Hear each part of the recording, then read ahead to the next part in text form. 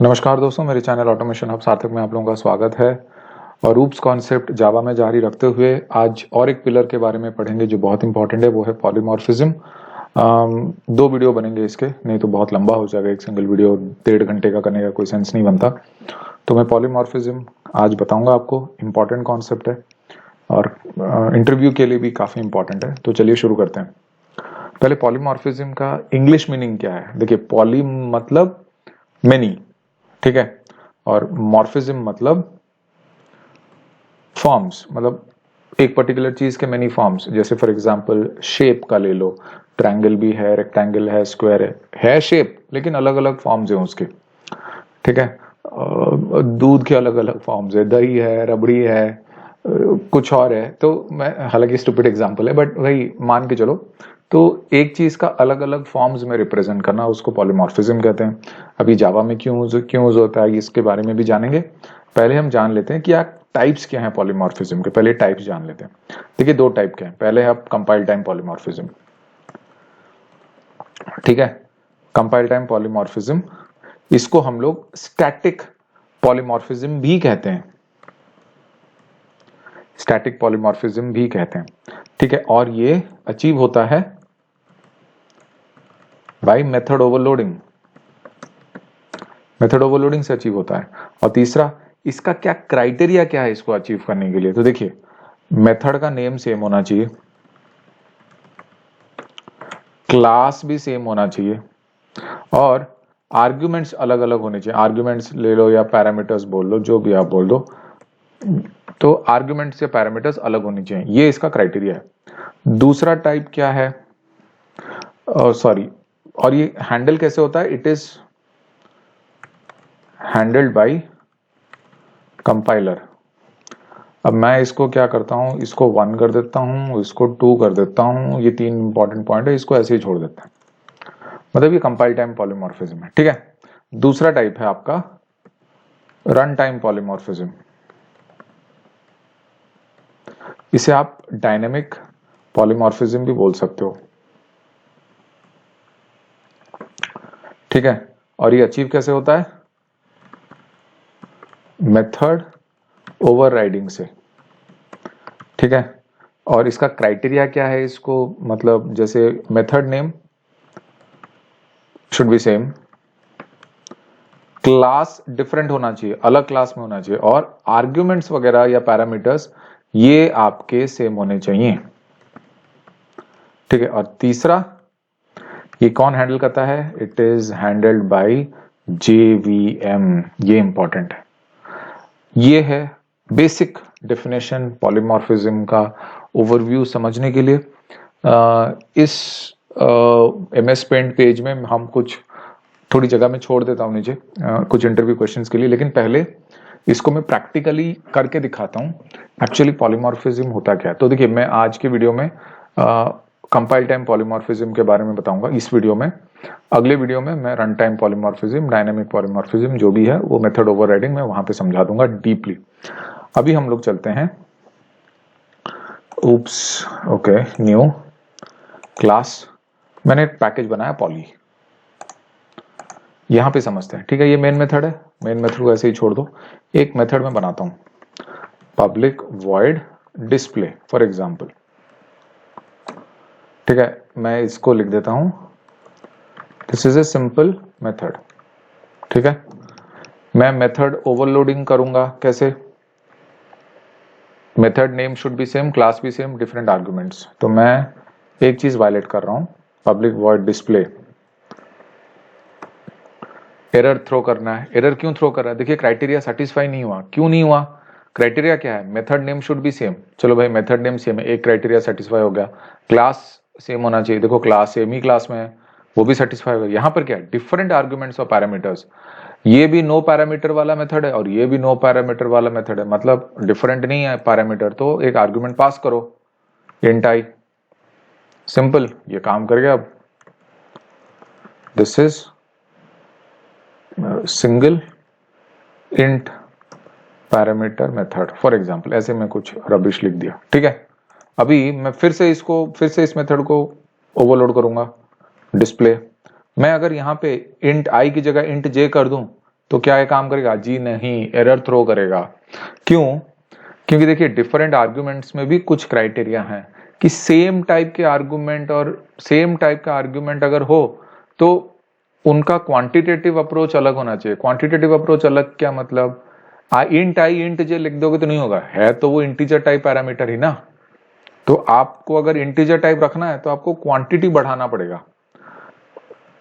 ऐसे कर दो, मतलब ठीक है बाबा, ये वाला आप सिंगल पैरामीटर वाला मेथड बना रहे हो, इसमें मल्टीपल पैरामीटर्स वाला इंटीजर मेथड बनाए, कोई दिक्कत नहीं, ठीक है।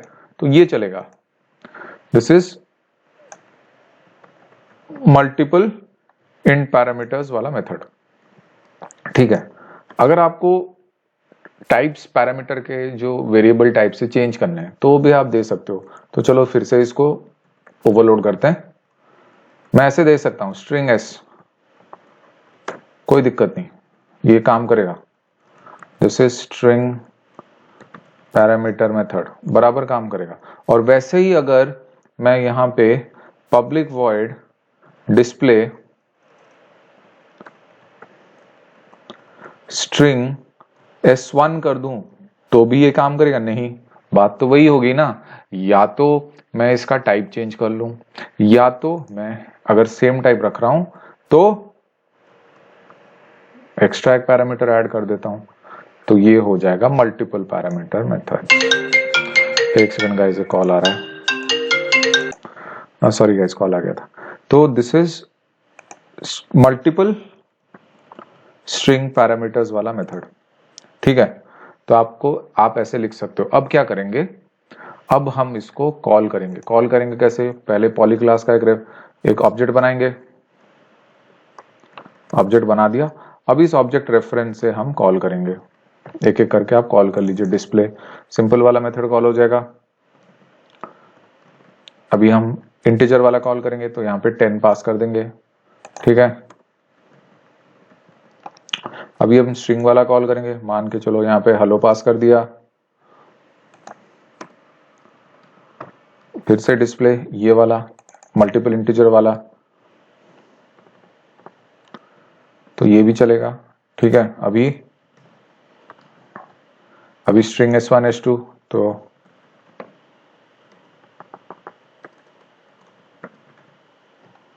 ये बराबर। अभी हम इसको रन करेंगे तो इसका आउटपुट देखिए,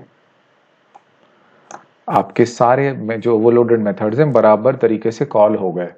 तो जो भी ओवरलोडेड मेथड्स हैं ऐसे आप उनको ओवरलोड कर सकते हो, लेकिन आपको ध्यान रखना पड़ेगा ये जो क्राइटेरिया है ये क्राइटेरिया सेटिस्फाई करना पड़ेगा।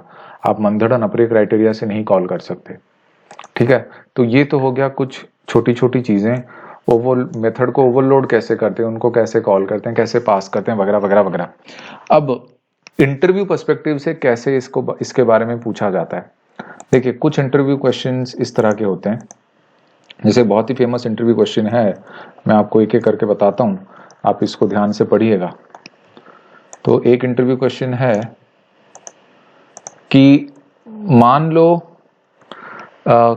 वो पूछते हैं कि क्या हम मेथड ओवरलोडिंग अचीव कर पाते हैं अगर हम मेथड का रिटर्न टाइप चेंज कर दें। Can we achieve method overloading by changing return type of method. इसको प्रैक्टिकली करके दिखा पाना मुश्किल है एक्लिप्स में, क्योंकि वो एक्लिप्स अलाउ नहीं करेगा। तो इसका आंसर नो है, ये आप ध्यान से रख लो, इसका आंसर नो है, हम इसको चेंज नहीं कर सकते, ठीक है। तो ये एक इंपॉर्टेंट इंटरव्यू क्वेश्चन है। वो ये कह रहे हैं कि मान लो दो मेथड है, जैसे कि ये एक पब्लिक वॉइड डिस्प्ले है, इसको वॉइड की जगह आप इंट कर लो, और दूसरा एक मेथड ऐसे ही बनाओ उसको भी इंट कर लो, तो क्या वो अलाउ करेगा? जी नहीं, वो मेथड ओवरलोडिंग अलाउ नहीं करेगा। अभी इसको प्रैक्टिकली करके दिखाना मुश्किल है, क्योंकि एक्लिप्स तो वैसे भी एरर थ्रो कर देगा, लेकिन इंटरव्यू में ऐसे पूछते हैं, ठीक है। दूसरा क्वेश्चन बहुत important, can we overload the main method, बहुत ही इंपॉर्टेंट क्वेश्चन है। और लोग इसको इस पर्टिकुलर चीज को ना दिखाने के लिए बोलते हैं। अगर आप हाँ बोल भी दो, ठीक है, यस, लेकिन लोग इसको बोलते हैं ठीक है अपने आंसर को प्रूव करो। तो ये प्रूव करना भी जरूरी है, तो हम इसको प्रूव करते हैं ओवरलोडिंग ऑफ मेन मेथड को। ठीक है, मैं नया क्लास बनाता हूँ, क्लास का नाम है मेन ओवरलोड। ठीक है, मतलब मेन मेथड को ओवरलोड करने वाला क्लास बना रहा हूँ। तो अभी हम देखेंगे कि मेन मेथड कैसे ओवरलोड होता है कि ओवरलोड नहीं होता है। ठीक है, तो ये तो हो गया हमारा सिंपल सा क्लास। अच्छा, एक सेकंड गाइज, कॉल आ रहा है, 1 second.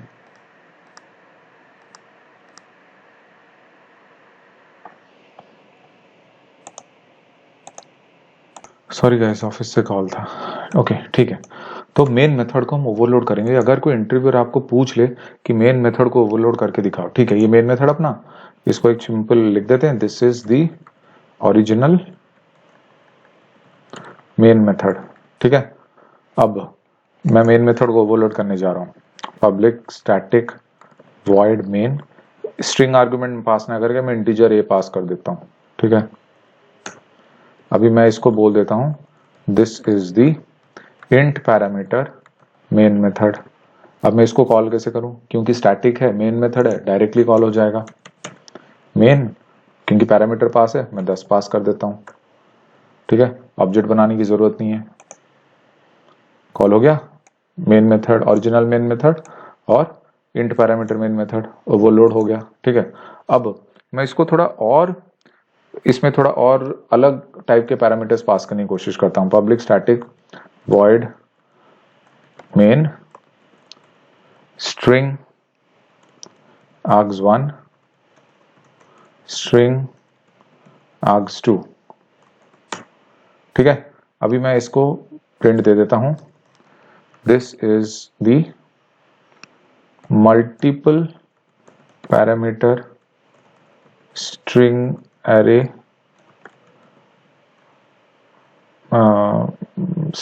Method, string array main method. ठीक है, multiple parameter string array type का मल्टीपल पैरामीटर्स मेन मेथड। अभी इसको यहाँ पे कॉल करूं कैसे, आराम से कॉल करो, args equal to new string, object बनाना पड़ता है इसका, सॉरी क्या कर रहा हूं। ठीक है, args equal to new string,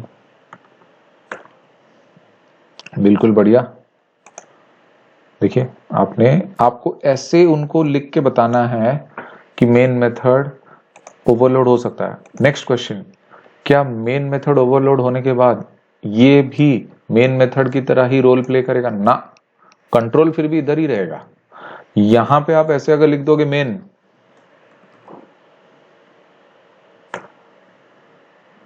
O error आ गया ना, ये इधर नहीं आएगा, ये उधर ही रहेगा, और आप इसको यहां पर बुलाने का वो कोई मतलब ही नहीं है। आप अगर यहां पे भी लिख दो कि नहीं, कोई सेंस ही नहीं बनता, मैं लिखने का बेकार टाइम वेस्ट। देखो, मेन मेथड है, ये कंट्रोल पॉइंट है, ये कहीं भी और एडजस्ट नहीं करेगा, सबको उसके साथ एडजस्ट करना पड़ेगा। तो आगे हम इधर उधर लिख के कोई मतलब नहीं है, फालतू टाइम वेस्ट। तो ये क्वेश्चन भी ध्यान रख लो, मेन मेथड ओवरलोड होता है। ठीक है, बहुत ही इंपॉर्टेंट इंटरव्यू क्वेश्चन है, बहुत लोगों को पूछा जाता है, मुझे भी एक बार पूछा गया था। ठीक है, और मैंने उसका जवाब सही तरीके से दे दिया था। अभी मैं आपको और एक बहुत ही अनोखी चीज बताने वाला हूं, थोड़ा अजीब सा लगेगा लेकिन वो काम करता है। ठीक है, उसको एक क्लास बनाएंगे, उस क्लास का नाम रखेंगे हम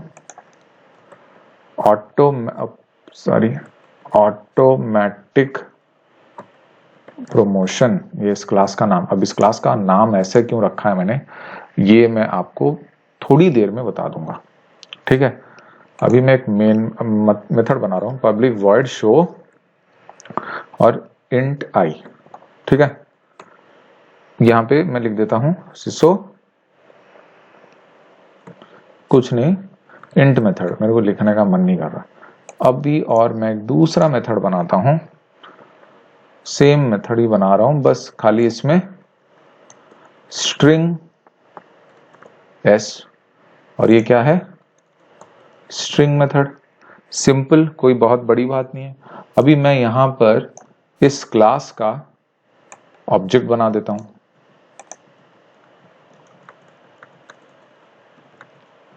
बन गया ऑब्जेक्ट, कोई दिक्कत नहीं।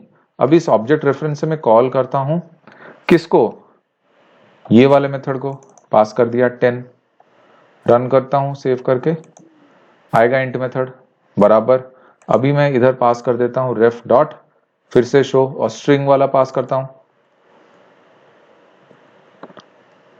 रन किया, आया क्या, स्ट्रिंग मेथड बराबर चल रहा है। अभी मैं थोड़ा इसमें चेंज करता हूं, रेफ डॉट शो, और मैं यहाँ इंट की जगह एक कैरेक्टर पास कर रहा हूं। ये तो कैरेक्टर है ना ही इंटीजर है ना ही है, एरर भी नहीं आ रहा, इधर एक्लिप्स एरर भी नहीं दे रहा। अब आउटपुट क्या देगा, कभी कभी एक्लिप्स एरर नहीं देता, लेकिन आउटपुट में कंपाइलेशन एरर वगैरह थ्रो कर देता है। अगर मैं ये चीज यहाँ पे लिखूं तो क्या कंपाइलेशन एरर थ्रो करेगा या कुछ और आउटपुट निकलेगा? बहुत लोग इसको नहीं जानते, फिर भी आप इसको रन करोगे ना तो ये इंट मेथड दिखाएगा, ये एरर थ्रो नहीं करेगा, ये इसको कन्वर्ट कर देगा। इस चीज को कहते हैं ऑटोमेटिक प्रमोशन। मैंने इसका एक डायग्राम बना रखा है। ऑटोमेटिक प्रमोशन मतलब जो हमारे डेटा टाइप्स हैं मेथड ओवरलोडिंग के टाइम पे वो इस तरह से कन्वर्ट हो जाते हैं। जैसे अभी मैंने कैरेक्टर को इंट में कन्वर्ट कर दिया, और मैं अगर मान लो एक बाइट वाला मेथड बना, बाइट का एक टाइप डेटा टाइप रख के एक पैरामीटर डिक्लेयर करूं, और एक शॉर्ट पहले से मौजूद हो, एक शॉर्ट पहले से मौजूद है, और मैं मेथड रेफरेंस से बाइट डाल के उसको बुला रहा हूं, तो वो शॉर्ट में कन्वर्ट कर देगा। सिमिलरली इंट पहले से मौजूद है और मैं शॉर्ट के रेफरेंस थ्रू में बुला रहा हूं, तो वो इंट में कन्वर्ट कर देगा। वैसे ही जो एरो मार्क देख रहे हो ना, वो उसको कन्वर्ट होता है, कैर इंट में कन्वर्ट होता है, इंट फ्लोट में भी कन्वर्ट हो सकता है, इंट डबल में भी कन्वर्ट हो सकता है, इंट लॉन्ग में भी कन्वर्ट हो सकता है। वैसे लॉन्ग फ्लोट में कन्वर्ट होगा और डबल में कन्वर्ट होगा, और फ्लोट सिर्फ डबल में कन्वर्ट होगा।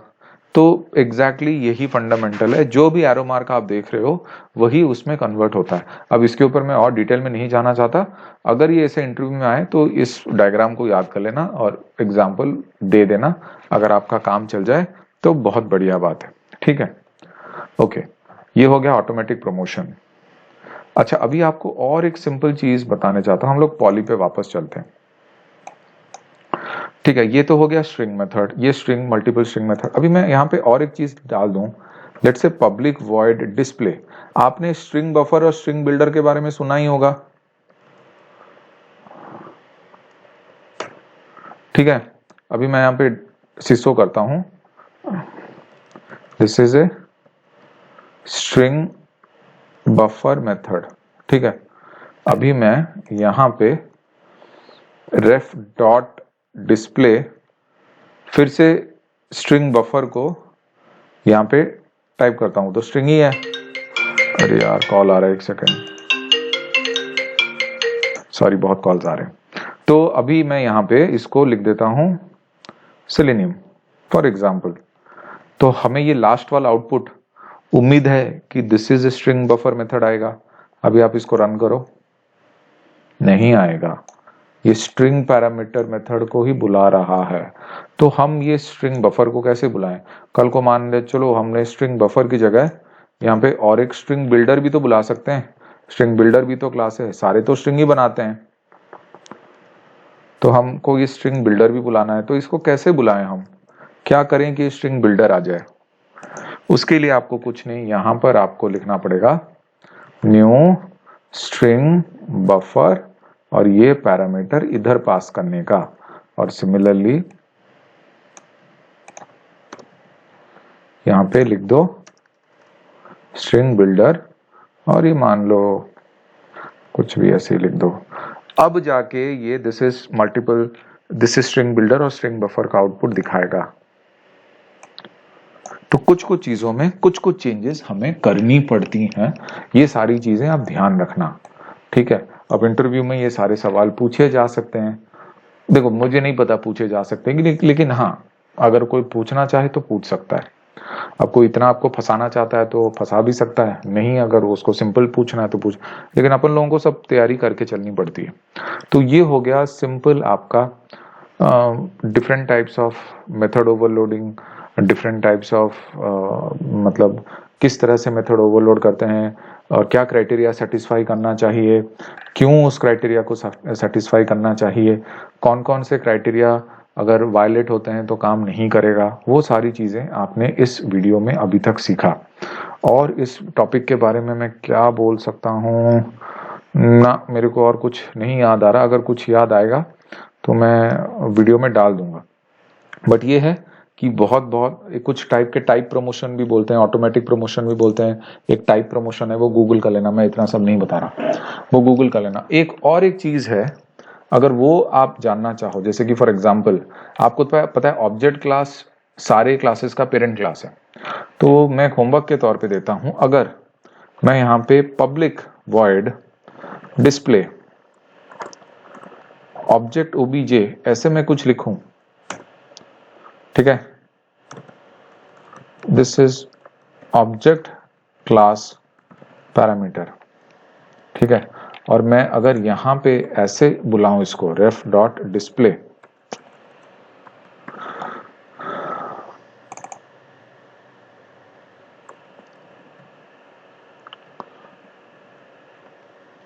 तो ये एरर थ्रो कर रहा है, बराबर। ये क्या बोल रहा है, syntax error, delete this token, object can not be resolve to a variable.